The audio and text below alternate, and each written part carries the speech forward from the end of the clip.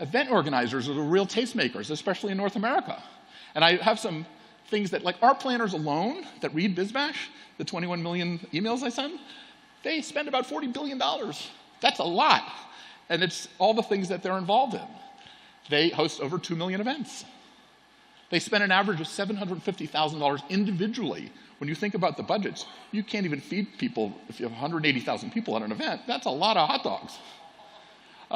They booked millions of room nights. And I think our responsibility is that we touch 30 million people, end users. If you added up all the people in this room and how many people you touch, it's probably a massive number. And we have a responsibility to do it right. So we have more than 2 million annual readers on BizBash that look at our site and discover. And you know, we're about raising the entire industry. And we call that real clout. That's clout. In fact, what's interesting is that what's been the game changer in our industry is that 25% of marketing budgets are now spent on events.